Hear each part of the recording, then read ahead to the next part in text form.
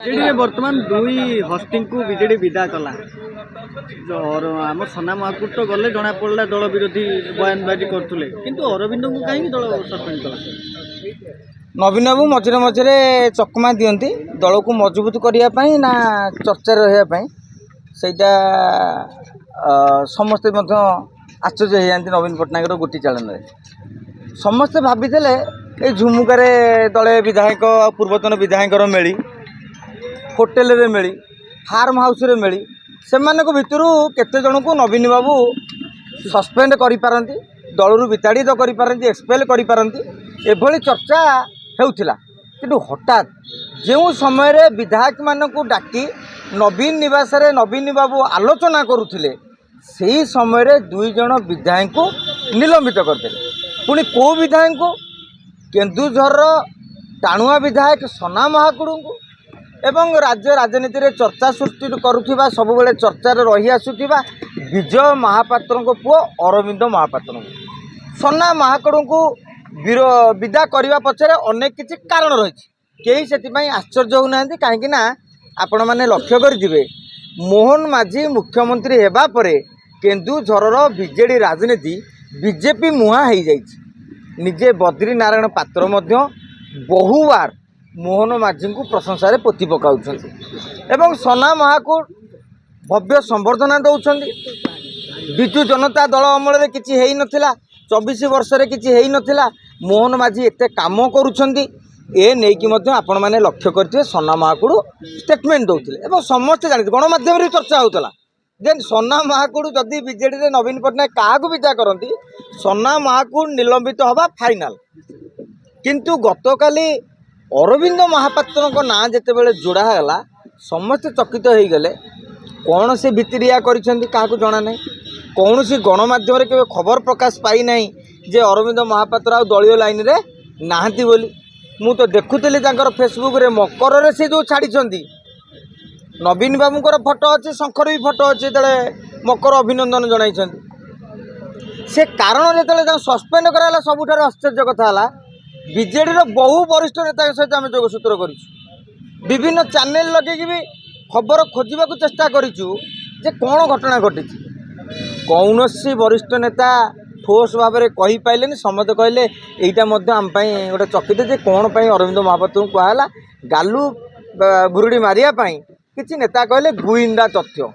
ନବୀନ ବାବୁଙ୍କ ପାଖରେ ଏତେ ଗୁଇନ୍ଦା ତଥ୍ୟ ରହିଛି, ଏ ଯେଉଁ ହାରିଥିବା ନେତାମାନେ ଏକାଠି ହେଉଛନ୍ତି, ତାର ଉଦ୍ଦେଶ୍ୟ ଜାଣିପାରୁନାହାନ୍ତି। ତେଣୁ ଇଏ ଗୋଟେ ଗପ କ'ଣ ପାଇଁ ରଚନା କରାଗଲା। ଅରବିନ୍ଦ ମହାପାତ୍ର ହଁ ଯୋଡ଼ିଏ କଥା କହିଥିଲେ ଯେ ନବୀନ ବାବୁ ମୋର ନେତା, ପାଣ୍ଡିଆନ ମୋର ନେତା ନୁହନ୍ତି। ଆଉ ଗୋଟିଏ କଥା କହିଥିଲେ, ଯଦି ପାଣ୍ଡିଆନ ଏମିତି ହେଉଛନ୍ତି ବିଜେପି ବାଲା, ଏତେ ବିରୋଧ କରୁଛନ୍ତି, ଦମ୍ ଅଛି ବାନ୍ଧ। ତାଙ୍କର ଉଦ୍ଦେଶ୍ୟ ଥିଲା ଏତେ ଥର କହୁଛ କ'ଣ ବାନ୍ଧିକି ଦେଖୁନ। ତାକୁ ଯଦି ପାଣ୍ଡିଆନ ବାବୁ ଭାବିଥିବେ ଯେ ମୁଁ ତ ସେଟିଂ କରିକି ବିଜେପି ବାଲାଙ୍କୁ କହିଥିଲି ମୋତେ ବାନ୍ଧନି, ଆଉ ଇଏ ଗୋଟେ ଟିଆ କଲା ବେଳକୁ କାଳେ ବିଜେପି ବାଲା ବାନ୍ଧିଦେବେ କି, ସେ ଡର ବି ଗୋଟେ ଥାଇପାରେ, ହୁଏତ ସେଇ କାରଣ ହେଇପାରେ। କିନ୍ତୁ କୌଣସି ପ୍ରକାର ଠୋସ୍ କାରଣ କେହି କହୁନାହାନ୍ତି। ବିଜୁ ଜନତା ଦଳର ଗୋଟେ ନ୍ୟାରେଟିଭ୍ ଆପଣ ଦେଖିବେ ସୋସିଆଲ ମିଡ଼ିଆରେ ଘୁରି ବୁଲୁଛି। କ'ଣ ନା ରାଜ୍ୟସଭା ନିର୍ବାଚନ ପାଇଁ ସେଟିଂ କରୁଥିଲେ। ଆରେ ଭାଇ, ରାଜ୍ୟସଭାରେ ଇଏ ବିଜେପି କାହାକୁ ପ୍ରାର୍ଥୀ କରିବ କେହି ଜାଣିନାହାନ୍ତି, ବିଜେଡ଼ି କାହାକୁ ପ୍ରାର୍ଥୀ କରିବ କେହି ଜାଣିନାହାନ୍ତି, ଚତୁର୍ଥ ପ୍ରାର୍ଥୀ କିଏ ହେବ ତା ନାଁରେ ସୋର ଶବ୍ଦ ମଧ୍ୟ ନାହିଁ। ଦଳରେ ମଧ୍ୟ ଏଯାକେ ପିଏସି ମିଟିଂରେ ବିଜେଡ଼ି ଆଲୋଚନା ହିଁ କରିନାହିଁ। ପ୍ରାର୍ଥୀ ଶିର ନାସ୍ତି, ଯେଉଁ ଶିର ପୀଡ଼ା ମାନେ ମୁଣ୍ଡ ନାହିଁ କିନ୍ତୁ ଅମୃତାଞ୍ଜନ ଘଷିବା କଥା ଭଳିଆ, ଯେ ରାଜ୍ୟସଭା ନିର୍ବାଚନ ପାଇଁ ଚର୍ଚ୍ଚା ହିଁ ଆରମ୍ଭ ହେଇନି। କିଛି ମିଡ଼ିଆରେ କେବଳ ଚର୍ଚ୍ଚା ହେଉଛି, ନୋଟିଫିକେସନ୍ ହେଇନି, କିଛି ବି ହେଇନି। ସେ କ'ଣ ଚକ୍ରାନ୍ତ କରିଦେଲେ? ବିଜୟ ମହାପାତ୍ର କ'ଣ ଚକ୍ରାନ୍ତ କରିବେ? ଆରେ ସିଏ ତ ବିଜେଡ଼ିରେ ନାହାନ୍ତି ନା ବିଜେପିରେ ନାହାନ୍ତି। ତେଣୁ ଯିଏ ରାଜନୈତିକ ଲୋକ, ସିଏ ଆଉ କ'ଣ ବରା ଦୋକାନ କରିଥାନ୍ତା ନା ଚା ଦୋକାନ ବିକୁଥାନ୍ତା? ବିଜୟ ମହାପାତ୍ର ରାଜନୈତିକ ଲୋକ, ରାଜନୀତି କରିବେ। ତାଙ୍କ ପାଖକୁ ନେତା ଭୋଟ ଭେଟିବାକୁ ଯିବେ। ଆଞ୍ଚଳିକ ଦଳ ନେଇକି ନା ସେ ମୁକିମ ସାଙ୍ଗରେ ଆସିଛନ୍ତି, ନା ଗଣମାଧ୍ୟମରେ କ'ଣ ଗୋଟେ ମନ୍ତବ୍ୟ ଦେଇଛନ୍ତି। ସେ ସିଧାସଳଖ କହିଛନ୍ତି ମୋ ସାଙ୍ଗରେ କେହି ଆଲୋଚନା କରିନାହାନ୍ତି। ନା ବିଜୟ ମହାପାତ୍ର କିଛି ଷ୍ଟେଟମେଣ୍ଟ ଦେଇଛନ୍ତି, ନା ଅରବିନ୍ଦ ଷ୍ଟେଟମେଣ୍ଟ ଦେଇଛନ୍ତି। ବିଜେଡ଼ି ବାଲା କିଛି ନବୀନଙ୍କ ନିଷ୍ପତ୍ତି, ବସ୍ ଇଜ୍ ଅଲୱେଜ୍ ରାଇଟ୍ ତାଙ୍କର ଜଣେ ନେତ୍ରୀ କହୁଥିଲେ। ଆଉ ଜଣେ ନେତା ଆଉ ଟିକେ ଆଗକୁ ଯାଇ କ'ଣ କହିଲେ ଯେ ନବୀନ ବାବୁଙ୍କ ବୋପାଙ୍କର ସେଇଟା ଦଳ ହେଇଥାଉ। ତେଣୁ ଯେହେତୁ ନବୀନ ବାବୁଙ୍କର ବୋପାଙ୍କର ବାପାଙ୍କର ଦଳ ସେଇଟା, ତେଣୁ ତାଙ୍କ ମନ ଇଚ୍ଛା ସିଏ ଯାହା କରିପାରିବେ। ତେଣୁ ଆଙ୍କର ଦମ୍ ଥିଲେ ଇଏ କରିପାରିବେ, ନହେଲେ ନାହିଁ। ଏ ଭିତରେ ଆଉ ଗୋଟିଏ କଥା ମଧ୍ୟ ଉଠୁଛି, ଅତନୁ ସବ୍ୟସାଚୀ ନାୟକ କିଛି ଖେଳ କରିଦେଲେ କି?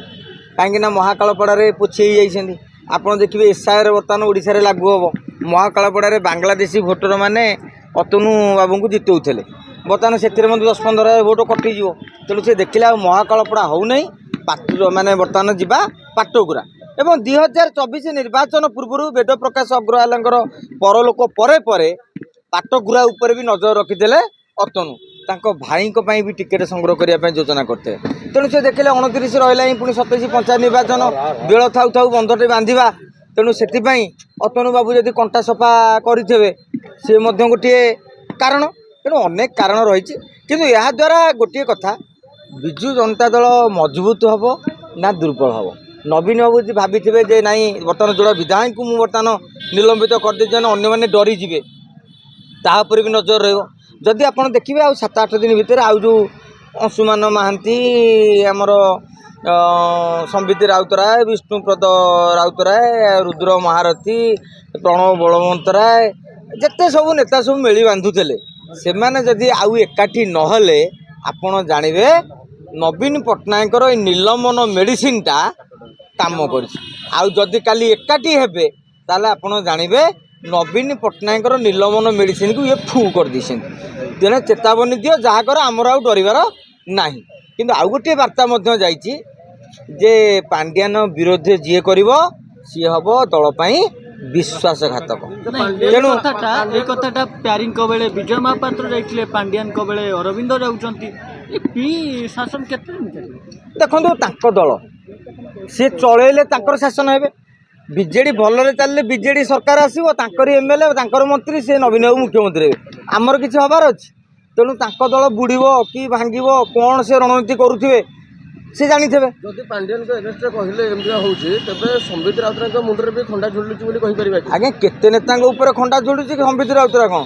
देवाशीष सान्तरा परा फटो रखिलेनी सी जी भाया कहते चांचिकी कथबार्ता करुँच आउ कई नुहति एवं आप देखिए बद्री पात्र भी सेमती कहते तेणु यही भाव में ये जाइए तेणु जदि राजनैतिक साटारे मत पचरा जाए प्रश्न मु कहि 1995 मसीह विजु बाबू पाई 46 आसन 46 आसन पाइला 2000 पुणी बीजेडी सरकार गढ़ी तो नवीन बाबू भाव तो 46 गोटे भल अंक बोधे तेणु 48 होगले जड़े हारीगले आउ 2 जन पलैले तेणु 3 जन 51 पलैला आउ के 48 तेणु आउ जोड़े खंडे विदा करदे बद्री पात्र कि आउ क्या गोटे टार्गेट रखी विदा कले 46 हो पुणी 46 बेलू पुणी बीजेडी विजय मेंट सरकार होता 2000 मसीह तेणु नवीन बाबू भावुवे यहाँ संख्या गणित यदि होते कि कौन ज्योतिष शास्त्र कौन कहीथे तेणु से नवीन बाबू कहीपर आम दल विषय एत तर्जमा करा उचित नुह कि जिनस हूँ राज्य राजनीति को आपड़ जो बार्ता दौरान चर्चा हम ही हम चर्चा